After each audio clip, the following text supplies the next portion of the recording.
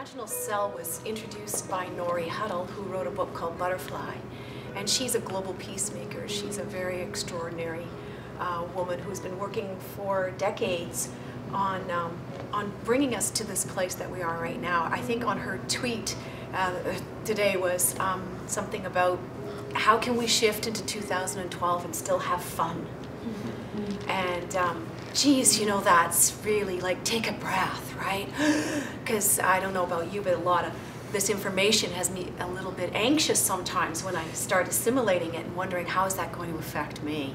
How is that going to affect my child? How is that going to affect my child's child when that comes along? Like, what's the world going to be like? And I have to stay present and remind myself to stay present. And I can do that by having fun and breathing and having a little laughter and gathering with other people, and reminding ourselves that we are human beings, that our nature is to love each other, right? That's what we really want to do. That's what we really want to be doing here. And I just wanted to read the imaginal cell story, an excerpt from Nori's book. And the idea of transformation is most often symbolized by the butterfly, which takes a completely different form. It transforms from one part of its life into the next. And in its earlier form, it is the dull, earthbound consumer. It's the caterpillar that just chomps away at its environment, destroying everything in sight. It's just having a good meal, right? But we're just, you know, you can look at the devastation of a caterpillar and look at all the leaves it's chewed away at, and it's quite interesting to see where that creature ends up. And then by going within into its dark chrysalis for a period of time, the butterfly emerges to take flight into beauty and grace. And we have to forgive that destruction from the caterpillar stage and know that the caterpillar is completely necessary. It is absolutely necessary. And so what we're seeing in this day and age right now is the transition from the caterpillar to the butterfly.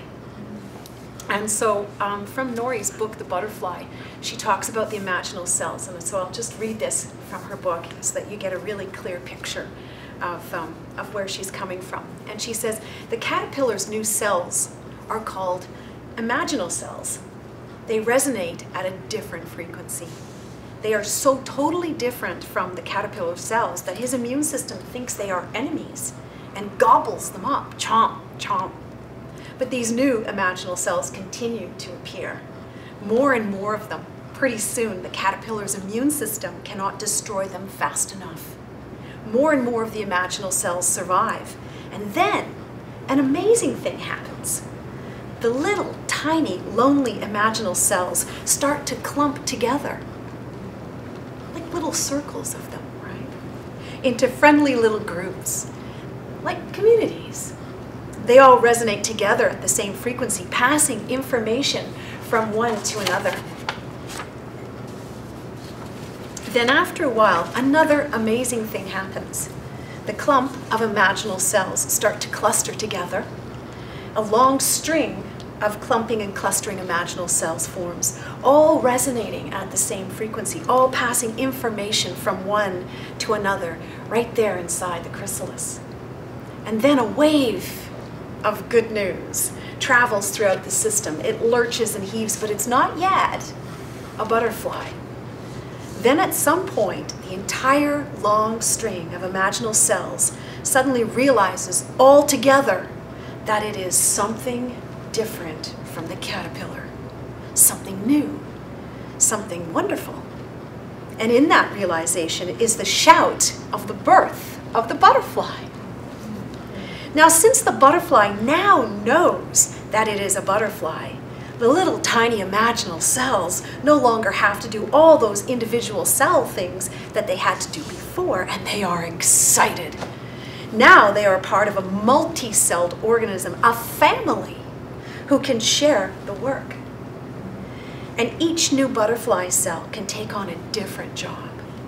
There is something for everyone to do, and everyone is important. And each cell begins to do just that very thing that it is most drawn to do. And every other cell, this is the most important part of Nori's excerpt, every other cell encourages it to do just that.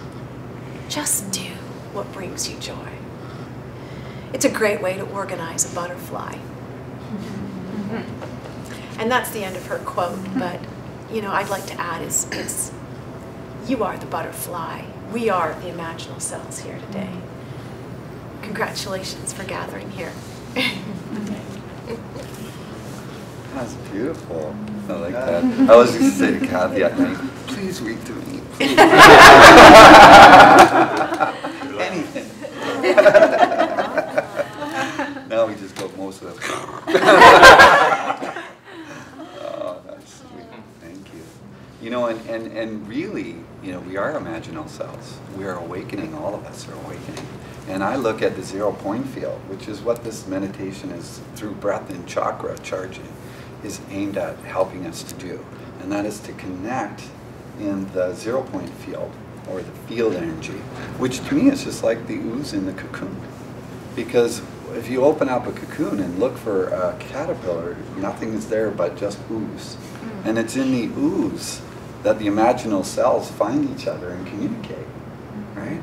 So we're in the, when we go into our light bodies, or when we change from particle to wave, right, we have access to the field, and we can contact everyone around this planet who's also that imaginal cell awakening, and we can relay information to each other, and we can interconnect and start becoming that global evolution which we're in right now. So that's the whole technology piece behind it. We're more together than we are alone. Right? And we need each other to remember how magnificent we are. We need each other.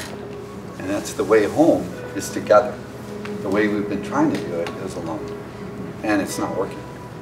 So we're coming home together, and no one comes home without everyone coming home.